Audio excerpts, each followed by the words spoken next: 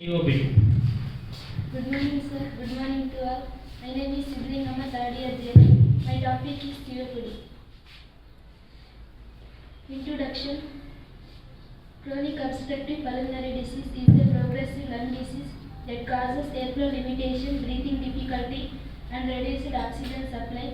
COPD Day is observed worldwide to raise awareness about prevention, early diagnosis, and effective management. Introduction ಅಂದರೆ ಪರಿಚಯ. Chronic obstructive pulmonary disease ಎನ್ನುವುದು ಉಸಿರಾಟ ಮಾರ್ಗಗಳ ತಡೆಗೊಳ್ಳುವ ಮೂಲಕ ಉಸಿರಾಟ ತೊಂದರೆ ಉಂಟುಮಾಡುವ ದೀರ್ಘಕಾಲದ ಶ್ವಾಸಕೋಶ ರೋಗ. ಸಿಒಪಿಡಿ ದಿನವನ್ನು ಜಾಗತಿಕ ಮಟ್ಟದ ರೋಗ ತಡೆಗಟ್ಟು ಶೀಘ್ರ ಪತ್ತೆ ಮತ್ತು ಸರಿಯಾದ ನಿರ್ವಹಣೆ ಕುರಿತು ಅರಿವು ಮೂಡಿಸುವ ಆಚರಿಸಲಾಗುತ್ತದೆ. Definition: COPD is a common preventable and treatable lung disease characterized by persistent respiratory symptoms and airflow obstructions. Definition ಅಂದರೆ ವ್ಯಾಖ್ಯಾನ: ಸತತ ಉಸಿರಾಟ ಲಕ್ಷಣಗಳು ಮತ್ತು ಗಾಳಿಯ ಹರಿವು ಕಡಿಮೆ ಆಗಿರುವ ತಡೆಗಟ್ಟಬಹುದಾದ ಮತ್ತು ಚಿಕಿತ್ಸೆಯಾದ ಶ್ವಾಸಕೋಶ ರೋಗವನ್ನೇ ಸಿಒಪಿಡಿ ಎಂದು ಕರೆಯಲಾಗುತ್ತದೆ. ಕಾಸಸ್ ಏನೇನು ಕಾಸಸ್ ಅಂತಂದರೆ smoking, air pollution, occupational dust and chemicals, genetic causes and recurrent lung infections. Causes ಅಂದರೆ ಕಾರಣಗಳು: ಧೂಮಪಾನ ಇದು ಮುಖ್ಯ ಕಾರಣವಾಗಿರುತ್ತದೆ. ವಾಯು ಮಾಲಿನ್ಯ ಅಂದರೆ ಎನ್ವಿರಾನ್ಮೆಂಟಲ್ ಫ್ಯಾಕ್ಟರ್ ಎಫೆಕ್ಟ್ ಆಗ್ಬೋದು. ಆ್ಯಂಡ್ ಉದ್ಯೋಗ ಸಂಬಂಧಿತ ಧೂಳು, ರಾಸಾಯನಿಕ ಕಾರಣಗಳು ಅಂದರೆ ಫ್ಯಾಕ್ಟ್ರಿನಲ್ಲಿ ಏನೇ ಕೆಲಸ ಮಾಡ್ತಿರುವಾಗ ಡಸ್ಟ್ ಪಾರ್ಟಿಕಲ್ಸ್ ಏನಿರುತ್ತೋ ಅದು ಇದೇನು ಮಾಡಿದಾಗ ಅದು ಲಂಗ್ಸ್ ಅನ್ನೋದು ಎಫೆಕ್ಟ್ ಆಗುತ್ತೆ. ಮತ್ತು ಜನ ಕಾರಣಗಳು ಅಂದರೆ ಜೆನೆಟಿಕ್ ಪ್ರಾಬ್ಲಮ್ನಿಂದ ಬರುತ್ತೆ. ಪುನಃ ಶ್ವಾಸಕೋಶ ಸೋಂಕುಗಳು ಅಂದರೆ infections. Signs and symptoms: chronic breathlessness, wheezing, chest pain, chest tightness, fatigue, fever, ಇವೆಲ್ಲ ಇರ್ತವೆ signs and symptoms. Signs and symptoms ಅಂದರೆ ಲಕ್ಷಣಗಳು: ದೀರ್ಘಕಾಲದ ಕೆಮ್ಮು, ಉಸಿರಾಟದ ತೊಂದರೆ. ದೀರ್ಘಕಾಲದ ಕೆಮ್ಮು ಅಂದರೆ ಲಾಂಗ್ ಟರ್ಮ್ ಕೆಮ್ಮು ಇರುತ್ತೆ ಮತ್ತು ಹೆಚ್ಚು ಜಾಸ್ತಿ ಕಫ್ ಆಗಿರುತ್ತೆ. ಎದೆಯ ಬಿಗಿತ ಜಾಸ್ತಿ, ಟೈಟ್ನೆಸ್ ಆಫ್ ಚೆಸ್ಟ್. ಟರ್ಬೇಟಿವ್ ಅಂದರೆ fatigue. Diagnostic evaluation: first history collection, physical examination, spirometry, chest X-ray, CT scan, pulse oximetry, ABG. ABG means arterial blood gas. Spirometry ಅಂದರೆ increase lung capacity. And x ray ಮಾಡಬೇಕಂದ್ರೆ to identification of the ಲಂಗ್ಸ್ನ ಏನೇನು infection ಏನೇನು ಆಗಿತ್ತು ಅಂತ x ray ಮಾಡಬೇಕು. And CT scan ಮಾಡಿಸಿದ್ರು ಗೊತ್ತಾಗುತ್ತೆ.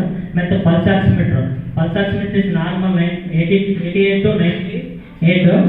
ಮತ್ತು ರಕ್ತ ಗ್ಯಾಸ್ ವಿಶ್ಲೇಷಣೆ. ಮೆಡಿಕಲ್ ಮ್ಯಾನೇಜ್ಮೆಂಟ್ ಅಂದರೆ first one pharmacological management. Bronchodilators ಅಂದರೆ to decrease the respiratory infections. ಯಾವ್ಯಾವ ಕೊಡ್ತಾರೆ ಮೆಡಿಕೇಶನ್ಸ್ ಅಂದರೆ ಸಾಲ್ಬುಟಮಾಲ್, ಇಪ್ರಾಟ್ರೋಪಿನ್, ಥಿಯೋಟ್ರೋಪಿನ್, ಸಾಲ್ಮೆಟ್ರಾಲ್, ಫಾರ್ಮೋಟೆರಲ್.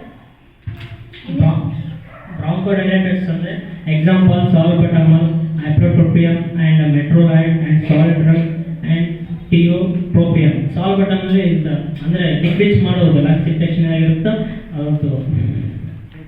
ಇನ್ನೇನು ಕಾರ್ಟಿಕೋಸ್ಟಿರಾಯ್ಡ್ಸ್ ಯಾವ್ಯಾವ ಅಂದರೆ budesonide and ಫ್ಲುಟಿಕಾಝೋಲ್.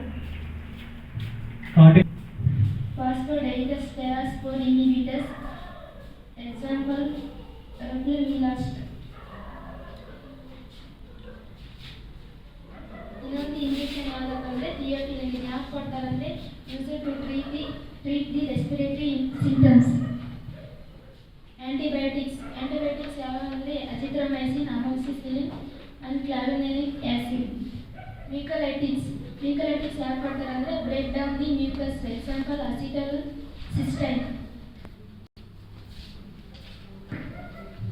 Non pharmacological management ಅಂದರೆ ಫಾರ್ಮಕೊಲಾಜಿಕಲ್ ಬಿಟ್ಟು ಉಳಿದಂದರೆ ಔಷಧೇತರ ನಿರ್ವಹಣೆ ಅಂತ ಕರೀತಾರೆ. ಅದು ಯಾವಂದರೆ ಸ್ಮೋಕಿಂಗ್ ಸೆಸೇಷನ್, ಸ್ಮೋಕಿಂಗ್ನ ಪ್ರಿವೆಂಟ್ ಮಾಡಬೇಕು. ಮತ್ತು ಪಲ್ಮನರಿ ರಿಹಾಬಿಲಿಟೇಷನ್ ಅಂದರೆ ಏನೇನು ಕೊಡ್ತಾರೆ ಅಂದರೆ exercise, inhalation and exhalation. Breathing exercises ಕೂಡ ಇನ್ಹಲೇಷನ್ ಆ್ಯಂಡ್ ಎಕ್ಸಲೇಷನ್. ವ್ಯಾಕ್ಸಿನೇಷನ್ ಕೊಡ್ತಾರೆ. ಮತ್ತು ನ್ಯೂಟ್ರಿಷನ್ ಸಪೋರ್ಟ್, ಸೈಕೋಸೋಷಿಯಲ್ ಸಪೋರ್ಟ್. ಔಷಧೇತರ ನಿರ್ವಹಣೆ ಅಂದರೆ ನಾನ್ ಫಾರ್ಮಸ್ಯೂಟಿಕಲ್ ಅಂದರೆ ಔಷಧೇತರ ನಿರ್ವಹಣೆ.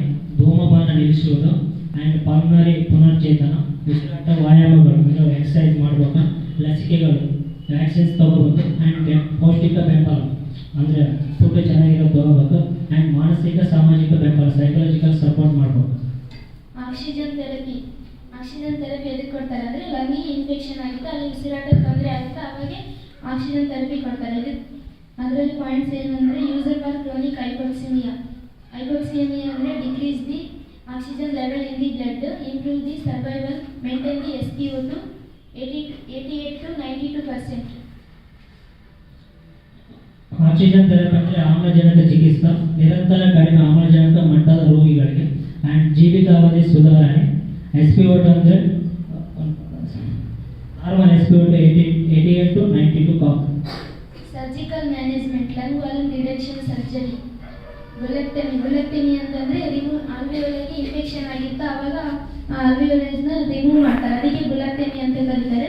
ನೆಕ್ಸ್ಟ್ ಲಂಗ್ ಟ್ರಾನ್ಸ್ಪ್ಲಾಂಟೇಷನ್, ಲಂಗ್ ಏನಾದರೂ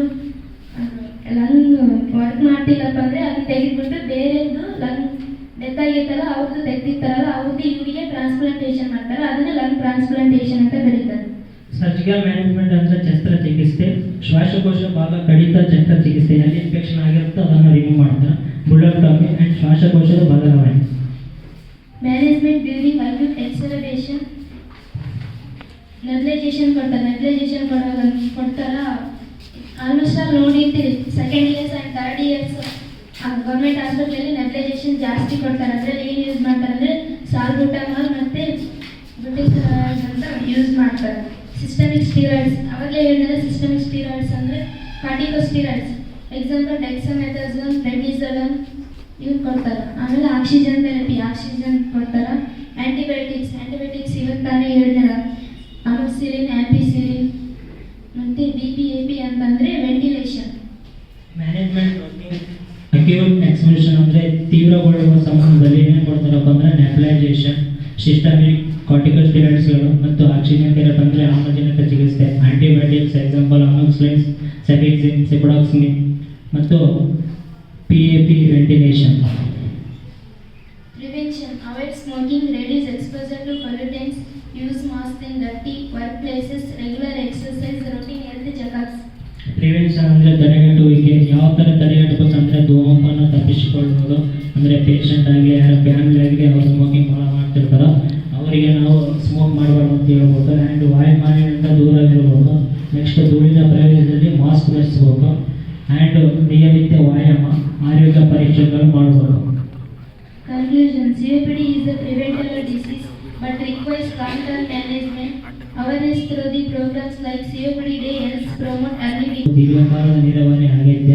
COPD ದಿನದಂಥ ಜಾಗತಿಕ ಕಾರ್ಯಕ್ರಮಗಳು ಶೀಘ್ರ ಪತ್ತೆ, ಲಕ್ಷಣ ನಿಯಂತ್ರಣ ಮತ್ತು ಉತ್ತಮ ಜೀವನ ಮಟ್ಟಕ್ಕೆ ಸಹಾಯ ಮಾಡುತ್ತವೆ. COPD ಅಂದರೆ ಸಮವ್ಯಾಪ್ತಿ. COPD ತಡೆಯಬಹುದಾದ ರೋಗವಾಗಿದ್ದರೂ ದೀರ್ಘಕಾಲದ ನಿರ್ವಹಣೆ ಅಗತ್ಯ. COPD ದಿನದಂಥ ಜಾಗತಿಕ ಕಾರ್ಯಕ್ರಮಗಳು ಶೀಘ್ರ ಪತ್ತೆ, ಲಕ್ಷಣ ನಿಯಂತ್ರಣ ಮತ್ತು ಉತ್ತಮ ಜೀವನ ಮಟ್ಟಕ್ಕೆ ಸಹಾಯ ಮಾಡುತ್ತದೆ.